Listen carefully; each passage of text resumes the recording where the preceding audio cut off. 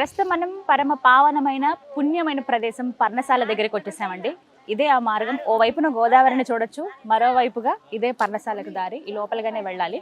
ముందుగా మనకి రామాలయం ఉంటుంది. రాముడి దగ్గరికి వెళ్ళి మన దర్శనం చేసుకుని పర్ణశాలకు వెళుతూ ఉంటారు. ఆ విశేషాలన్నీ కూడా చాలా ఉన్నాయి ఇక్కడ చెప్పడానికి. రండి చూద్దాం.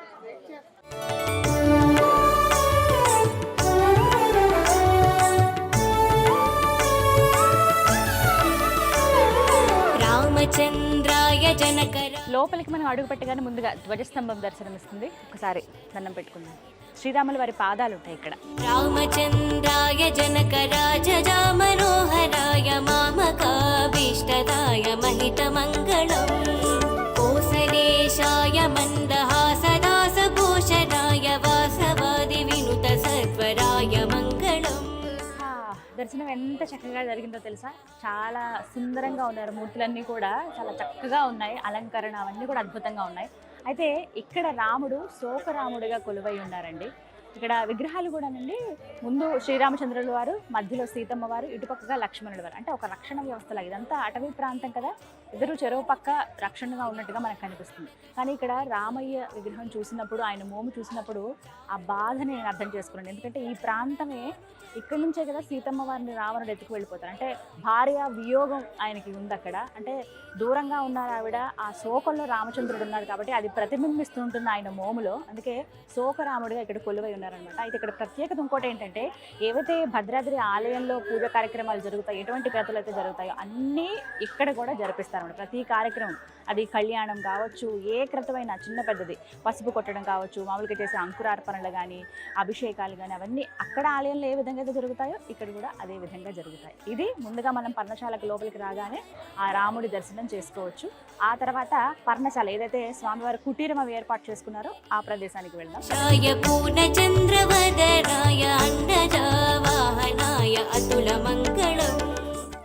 ఇక్కడ ఏంటంటే డైరెక్ట్గా మూలమూర్తుల్ని మనం చూపించకూడదు కాబట్టి, ఫొటోస్ కానీ వీడియోస్ కానీ తీయొద్దు కాబట్టి నేను మాత్రమే వెళ్ళి దర్శనం చేసుకుని వచ్చాను. ఆ మూర్తులు ఎలా ఉన్నాయో చెప్పాను.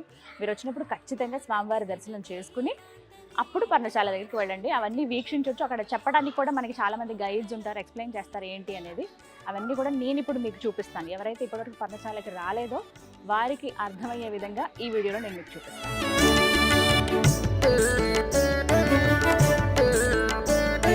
పర్ణశాల లోపలికి మనం అడుగు పెట్టేశామండి. ఇక్కడ కొన్ని కీలక ఘట్టాలు జరిగాయి రామాయణానికి సంబంధించి.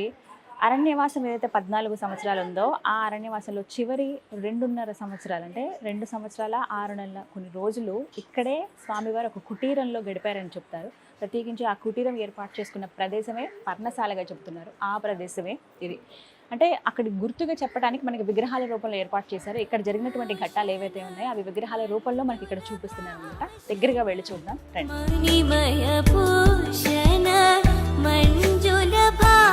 ఇక్కడే ఇదే ప్రదేశంలో శ్రీరాముల వారు, సీత అమ్మవారు, అలాగే లక్ష్మణ స్వామి వారికి ఒక కుటీరం అనేది ఏర్పాటు చేసుకున్నారు. ఇప్పుడంటే ఇలా డెవలప్ అయ్యి ఇక్కడ కొన్ని బిల్డింగ్స్ లాగా ఇక్కడ మనం ఇలా చూస్తున్నాం. కానీ ఒకప్పుడు ఇదంతా కూడా దట్టమైన అటవీ ప్రాంతం అండి. ఎంత అడవంటే కనీసం మనుషులు కూడా వెళ్ళలేంది. అలాంటిది ఎక్కడే అయోధ్య, ఎక్కడే ఇక్కడ భద్రాచలం కావచ్చు, పర్ణశాల, అసలు ఎంత దూరం ఉంటుంది. ఒక్కొక్కరంటే ఎక్కువ రోజులు కూడా గడిపింది పర్ణశాలలోనే అని చెప్తారు. ప్రత్యేకించి రాముల వారు అయోధ్యలో ఆయన యవ్వన కాలం వరకు, అంటే వివాహం జరిగే ముందు వరకు అక్కడ ఉన్నారు. తర్వాత పట్టాభిషేకం అయిన తర్వాత రాజుగా ఆయన పరిపాలించారు అయోధ్యలో. ఆ తర్వాత ఒక్కొక్క ప్రదేశంలో ఆయన కొన్ని రోజులు ఉంటూ వచ్చారు. అందులో భాగంగా 2.5 సంవత్సరాల పాటు, అంటే అన్ని రోజులు ఎక్కువ రోజులు గడిపింది అయోధ్య తర్వాత అంటే అది పర్ణశాలే. అటువంటి పుణ్యమూర్తి నడిచినటువంటి ప్రదేశం ఇది, ఆయన గడిపినటువంటి స్థలం ఇది. నిజంగా ఎంత పవిత్రం, పరమ పావనం అని చెప్పుకోవాలి. ఇక్కడ ఏమిటంటే ప్రత్యేకించి ముఖ్యమైన ఘట్టం చోటు చేసుకున్నది. ఇక్కడ మనం విగ్రహాల రూపంలో చూడొచ్చు. రాముల వారు, సీతమ్మ తల్లి, దూరంలో ఇక్కడ లక్ష్మణ స్వామి వారు. ఎంతటి గౌరవం అంటే అన్నా వదనలంటే లక్ష్మణస్వామి వారికి తల్లి తండ్రిగానే భావించేవారు. వారిని చాలా మర్యాదగా ప్రేమపూర్వకంగా ఉండేవాళ్ళు. మర్యాదగా ఇలా పిలిస్తే పలికేటట్టుగా, ఏం అవసరం ఉన్నా చక్కగా చూసుకునేవాళ్ళు. ఒక రక్షణగా, అంటే ఇదంతా కూడా అటవీ ప్రాంతం కదా, ఒక రక్షణగా సీతమ్మ తల్లికి ఓవైపు రాముల వారు, ఇంకోవైపు లక్ష్మణస్వామి వారు ఉండేవారు అనమాట. అంత కంటికి రెప్పలాగా కాచుకుని కూర్చునేవారు అనమాట. ఇలా ఉంటున్న ఒక సమయంలో రామాయణం తెలిసిన వారందరికీ చాలా వరకు తెలుసండి, కీలకమైన ఘట్టం ఏమిటి అని అంటే బంగారు లేడి, ఆ మాయ లేడి. అవి రావటమే పూర్తిగా కథనంతా, అంటే ఆ రామాయణం అంతా ఒక మలుపు తిప్పేస్తుంది. అంటే రావణ సంహారం జరగటానికి, అంటే రాక్షస సంహారం జరగాలి కదా, ఆయన అవతారం ఎత్తిందే దానికి. అది జరగాలంటే కొన్ని ఘట్టాలు చోటు చేసుకోవాలి. అందులో భాగంగా మారీచుడు అనేటువంటి రాక్షసుడు ఒక మాయ లేడి రూపంలో వస్తాడు, బంగారు వర్ణంలో. ఆ లేడిని ఇక్కడ మనం చూడొచ్చు. దే ఆ బంగారు లేడి. ఆ బంగారు లేడిని చూసి అనుకుంటుందట, ఆహా ఎంత సుందరంగా ఉంది, ఇన్ని పశువులు ఇక్కడ మన చుట్టూ తిరుగుతున్నాయే, సాధు జంతువులకు మారిపోయి మన చుట్టూ ఉన్నాయో, ఒకసారి దగ్గర నుంచి చూడాలి అని అనిపించిందట ఆవిడికి. ఆ బంగారు లేడి కనిపించి వెంటనే వెళ్ళిపోగానే అది కావాలని చెప్పి శ్రీరాముల వారిని అడుగుతున్నట్టు. ఆమె రాముల వారిని అడుగుతున్నటువంటి దృశ్యం అనమాట ఇది. ఇక్కడ చూపిస్తున్నారు. ఇక్కడ ఉండి, స్వామి నాకు ఆ బంగారు లేడి కావాలని. సాధారణంగా చెప్తారు, వివాహం జరిగిన తర్వాత శ్రీరాముల వారిని సీతమ్మ ఏ కోరిక కోరలేదంట. కనీసం ఇలా నాకు ఈ వస్తువు కావాలనో, ఆవిడ రాజకుమారి, ఆయన రాజకుమారుడు, అయినా నాకు ఇలా భోగాలు కావాలనో, ఇలా ఉండాలనో ఏ రోజు ఏమీ అడగలేదు. అలాంటిది ఆయనతో పాటే అన్నీ విడిచి వనవాసానికి వచ్చేసిన ఆవిడ మొదటిసారి నాకు ఒక బంగారు లేడి కనిపించింది, అది కావాలని అడిగినందుకు ఎప్పుడూ ఏమీ అడగలేదు కదా నువ్వు, అదొక్కటి నీ కోరిక అని చెప్పి నేను తీసుకొస్తానని చెప్పి ఆయన ఇంకా ఎటు ఆలోచించకుండా, బంగారు లేడు అసలు అలా బంగారు లేడు ఉంటుందా ఉండదా ఏమీ ఆలోచించకుండా దాని వెంట ఆయన పరిగెట్టి నేను తీసుకొస్తాను సీత అని వెళ్ళిపోతారు. ఇక్కడ ఆయన చూపిస్తున్నటువంటి దృశ్యం అనమాట ఇది. ఇక్కడ నుంచి లక్ష్మణస్వామి వారు చూస్తున్నారు. అది జరిగినటువంటి ఘట్టం ఆ ప్రదేశం. ఇంకా మరిన్ని ఘట్టాలు ముందు జరిగినవి ఉన్నాయి, అవి కూడా చూద్దాం. ఇలా మనం ఒక్కొక్క అడుగు వేసుకుంటూ వస్తేనండి పర్ణశాలలో అన్ని విశేషాలే కనిపిస్తాయి. ఆ రాముల వారి ఆనవాళ్లే మనకు కనపడుతుంటాయి. అందులో భాగంగా ఇక్కడ చూడొచ్చు, ఒక ఫలకం పైన రాముల వారి కుడి పాదాన్ని మనం చూడొచ్చు. అలాగే ఆ మాయలేడి జింక ఏదైతే ఉందో ఆ జింక పాదం కూడా కనపడుతుంది. ఈ రెండు వాటికి నిదర్శనాలు అనమాట. మనకి కనిపించింది అంటే మనకి గుర్తుగా తెలియటానికి అని చెప్పి ఇక్కడ ఇలా కాయిన్స్ పెట్టారు. బొటన వేలు ఇటుపక్క ఇవన్నీ వేళ్ళు, అటువైపు మొత్తంగా ఎంత పెద్దగా ఉందో. మామూలుగా శ్రీరాముడి గురించి చెప్తారు కదా, ఆయన ఆజానుబాహుడు, 7 అడుగులు ఉండేవాడు, అంతటి దృఢంగా, అంటే ఆయన రాజు కదా, అంత ఠీవిగా ఉండేవారు ఆయన అని చెప్పి. నిజంగా ఆయన ఆకారానికి తగ్గట్టే ఆయన పాదం కూడా చూడండి. మామూలుగా అయితే మన పాదాలు ఎంతవరకు ఉంటాయి, ఇంతవరకు, కానీ ఆయన పాదం ఎంత పెద్దగా ఉందో, ఆ ఆజానుబాహుడి పాదం గుర్తు ఇక్కడ మనం చూడొచ్చు అనమాట. ఇక ఆ తర్వాత జరిగింది అందరికీ తెలిసిందే. రాముల వారు ఆ మాయలేడి కోసమని వెళ్తారు, కానీ ఎంతసేపటికి తిరిగి రారు. కొద్దిసేపు అయిన తర్వాత హా సీత, హా లక్ష్మణ అనేటువంటి ఒక గొంతు వినపడుతుంది. ఇది ఖచ్చితంగా నా రామయ్యదే అని చెప్పి పరుగున వస్తుంది సీతమ్మ. వచ్చి ఒకటే మాట అంటుంది, లక్ష్మణ నీ అన్నకేదో ఆపద వచ్చింది వెళ్ళండి. ఆయన గొంతు వినపడుతుందంటే లక్ష్మణుడు ఒక మాట అంటాడు, నా అన్నకు ఆపద రావడం ఏంటి, ఆయన రాముడు, ఆయన ఏమైనా చేయగలడు, ప్రతి ఒక్కటి గమనించగలడు, అంత శక్తిహీనుడిగా ఉండడు అని చెప్పినా కూడా లేదు నాకు వినపడుతోంది ఆ గొంతు, ఆయనే అరుస్తూ ఉన్నారు, ఆపదలో ఉన్నారు, నువ్వు వెళ్ళు ఎలా అయినా సరే చెప్తే. ఒక మాట తల్లి ఒక్కసారి నా మాట విను, అన్నకు ఆపద రాదు అన్నా సరే సీతాదేవి అంటే భర్తకి ఏం జరిగిందో అన్న భయం ఆందోళన ఆవిడ మధ్యలో ఉంటుంది కదా, అందుకే ఆవిడ అంతా ఆలోచించి భయపడింది. ఒక రకంగా చెప్పాలంటే లక్ష్మణ స్వామి గురించి ఒక మాట చెప్పాలండి, సీతమ్మ తల్లిని ఎంతగా అంటే ఒక తల్లిగా ఆరాధించేవాళ్ళు. ఆయన ఏ రోజు కూడా తల ఎత్తి ఆవిడ ముఖం చూడలేదట. కేవలం పాదాలు ఇక్కడ వరకు మాత్రమే, పాదాలు ఏవైతే ఉన్నాయో పాదాలు, ఆమె మెట్టెలు, బొటనవేలు ఇక్కడ వరకు మాత్రమే ఆయన చూశారట ఆయన జీవితకాలంలో. అంటే అంత గౌరవించేవాళ్ళు, ఒక తల్లిగా భావించేవాళ్ళు సీతమ్మ తల్లిని. ఇక ఆమె ఆజ్ఞాపించింది, నువ్వు ఎలా అయినా వెళ్ళు అన్నం తీసుకురా అని చెప్పగానే ఒకటే మాట అంటారు, సరే తల్లి నీ ఆజ్ఞ మేరకు నేను వెళ్తాను, కానీ నువ్వు ఇది దట్టమైన అటవీ ప్రాంతం, మేమిద్దరం ఉన్నప్పుడు నీకు రక్షణగా ఉన్నాం, మేము ఇద్దరం ఈ సమయంలో ఉండట్లేదు కాబట్టి, ఇది ఏ మాయావి పనో తెలియదు కాబట్టి నీకు ఒక రేఖ నేను గీస్తాను, అదే లక్ష్మణ రేఖ అని చెప్పి గీసి నువ్వు ఈ గీత దాటి బయటికి రావద్దు, ఏం జరిగినా కూడా నేను అన్నం క్షేమంగా తీసుకొస్తానని చెప్పి నమస్కరించుకుని వెళ్తాను.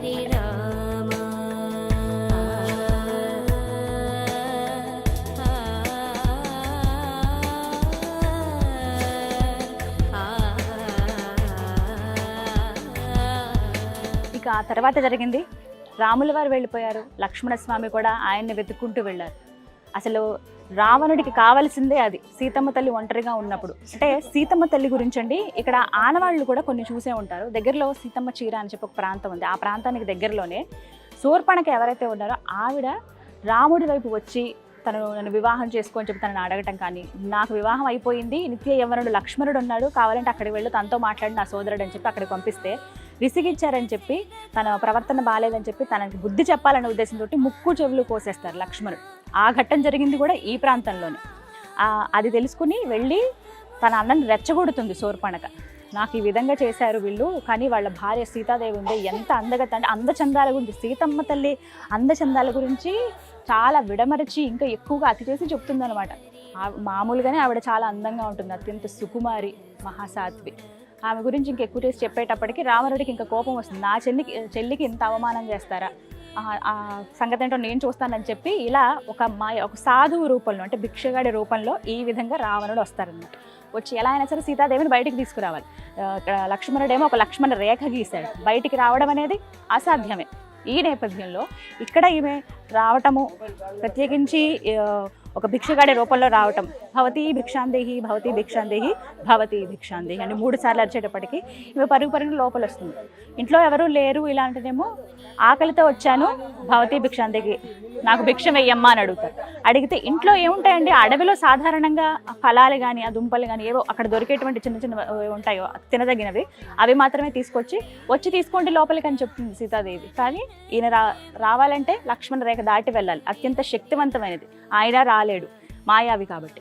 ఆ తర్వాత జరిగినటువంటి ఘట్టం అందరికీ తెలిసిందే. ఎలా అయినా సరే నువ్వు ఇలా నేను ఖాళీ చేతులతో వెళ్ళిపోవడమే, ఇంటి ముందుకు వచ్చిన ఒక భిక్షగాడిని, ఒక సాధువుని ఇలా పంపించడం అనేది కరెక్ట్ కాదంటే అప్పుడు ఆవిడ అనుకుంటుంది, నిజమే కదా ఆకలితో ఉన్నావు, ఎందుకంటే సరే ఏది జరిగితే అది జరిగిందిలే అని చెప్పి ఒక్కసారి ఆ రామయ్యని తలుచుకుని అడుగు బయటికి వేసి ఒక్కసారి వెళ్ళి ఆయనకి భిక్ష వేయడానికి ప్రయత్నిస్తుంది. అది జరిగినటువంటి ఘట్టం అనమాట. అది ఇక్కడ చెప్పవచ్చు. తెలియడానికి ఇలా విగ్రహ రూపంలో పెట్టారు సీతమ్మ తల్లి. నిజంగానండి ఒక్కొక్క ఘటన అవి తలుచుకుని అవి చెప్తున్నా నాకే కళ్ళు చెమ్మగిల్లుతున్నాయి. అంటే అప్పుడు అలా జరిగిందా, ఎంతటి బాధ, భర్త అటు వెళ్ళిపోయారు, మరిది గారు వెళ్ళిపోయారు, ఎవరు లేరు, ఒంటరిగా ఉండిపోయింది ఆవిడ. నిజంగా ఎంతటి బాధ. తెలియని వ్యక్తి వచ్చి అలా మాట్లాడుతుంటే మనం భయపడతాం కదా. అంటే ఆవిడ మహాశక్తి అయినా సరే ఆ మహాలక్ష్మీదేవే మానవ రూపంలో ఎన్ని బాధలు పడిందో, సాధారణంగా స్త్రీలు జనాలు భక్తులు పడేటువంటి బాధలు ఆవిడ పడ్డారు ఈ అవతారంలో. ఇక ఆ తర్వాత జరిగిన ఘట్టం, ఎప్పుడైతే భిక్ష వేయటానికి సీతమ్మ తల్లి ముందుకు వస్తుందో అప్పుడు అసలు రూపం చూపిస్తాడు రావణుడు. 10 తలలతో ఉన్న రూపాన్ని చూసి ఆవిడ భయభ్రాంతులకు గురై కళ్ళు తిరిగి పడిపోతుంది. దానికి దర్శనంగా ఇక్కడ విగ్రహాన్ని ఏర్పాటు చేశారు చూడండి. ఈ విధంగా ఆవిడ కింద పడిపోతుంది.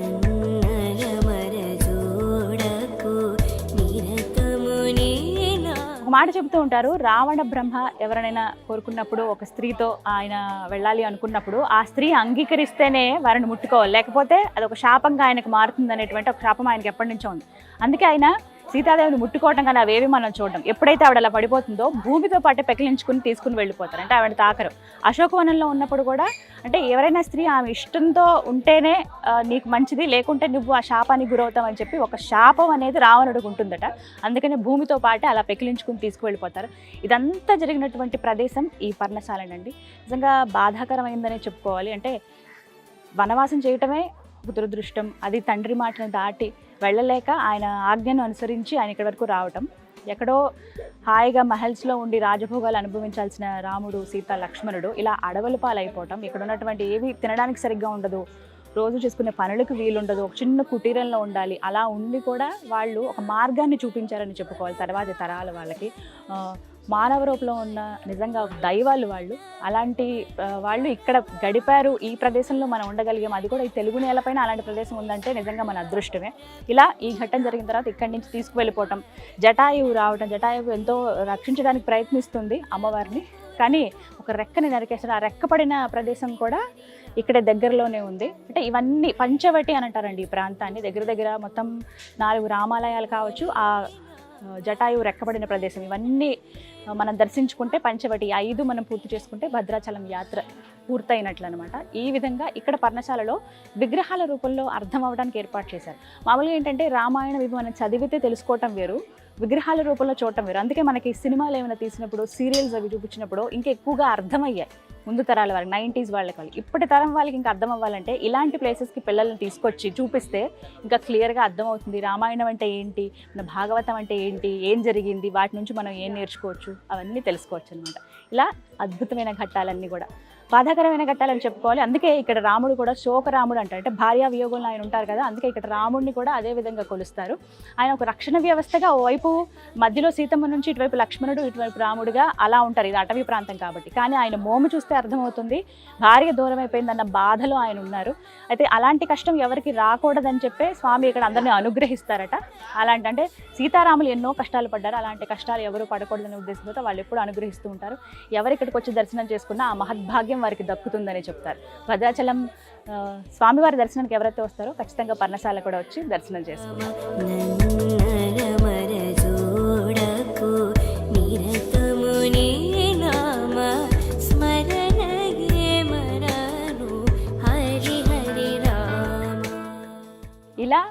పర్ణశాల, ఇదంతా కూడా పర్ణశాల ప్రాంతమేనండి. పక్కనే మనకి గౌతమి తీరం అంటే గోదావరి నది ప్రవహిస్తూ ఉంటుంది.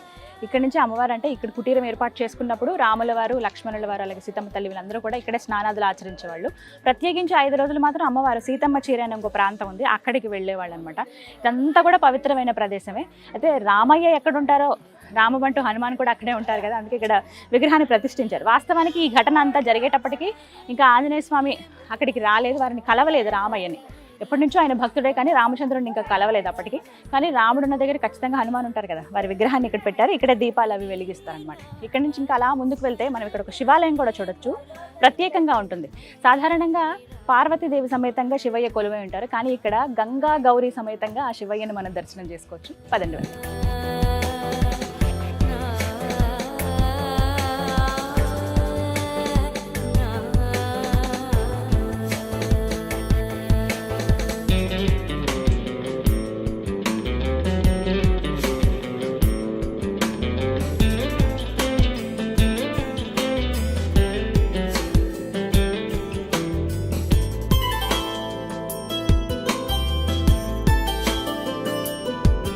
ఈ పర్ణశాల ప్రాంతాన్ని ఇంకా అభివృద్ధి చేస్తున్నారండి. ఇంకా అందరికీ తెలిసే విధంగా ఉండేందుకు ఇగో కుటీరం ఇలాగా ఒకటి కొత్తగా ఏర్పాటు చేస్తూ ఉన్నారు.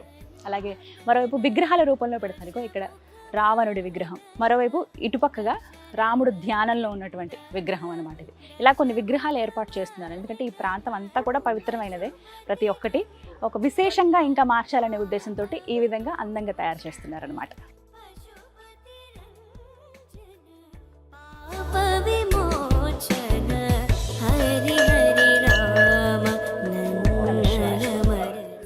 గౌరీదేవి, గంగమ్మ తల్లి, రామలింగేశ్వరుడు నిజంగా చాలా ప్రత్యేకంగా కనపడుతోంది. సాధారణంగా మనం చూసేది పార్వతీ అమ్మవారితో, లేకపోతే ఆ లింగానికి అంటే ఆ శివయ్యకే వివిధ పేర్లు ఉంటాయి, వివిధ రూపాల్లో ఉంటారు. కానీ ఇక్కడ గంగా గౌరీ సమేతంగా ఆ రామలింగేశ్వరుడి దర్శనం మనం చేసుకోవచ్చు అనమాట. అందరికీ తెలిసిందేగా ఆ రామయ్య ఎప్పుడు శివుడిని పూజిస్తూనే ఉండేవాళ్ళు. సైకత లింగాలను ఏర్పాటు చేసి ఆ శివుడికి పూజ చేయటం కావచ్చు. ఇలా మరోవైపు శివయ్యేమో రాముడికి పూజ చేసేవాళ్ళు. అంటే శివకేశవులిద్దరికీ భేదం లేదు అని చెప్పేందుకు ఇలా ఎన్నో నిదర్శనాలు ఉన్నాయి. అది రామాయణంలో మనం ఎక్కువగా చూస్తాం, భాగవతంలో మనం చూస్తాం, ఇలా రకరకాలుగా. కానీ అన్ని అత్యద్భుత ఘట్టాలే. ముందుగా వినాయక స్వామి, సుబ్రహ్మణ్య స్వామి, అమ్మవారు, ఇలా ప్రతి ఒక్కటి కూడా ఇక్కడ చూడొచ్చు. నవగ్రహాలు ఇవన్నీ కూడా అంటే పర్ణశాలకు వచ్చిన భక్తులు కేవలం ఆ రామయ్యని చూడటము, రామాయణానికి సంబంధించినటువంటి కొన్ని ఘట్టాలని అది వీక్షించడమే కాదండి, ఆ శివయ్య దర్శనం కూడా చేసుకోవచ్చు.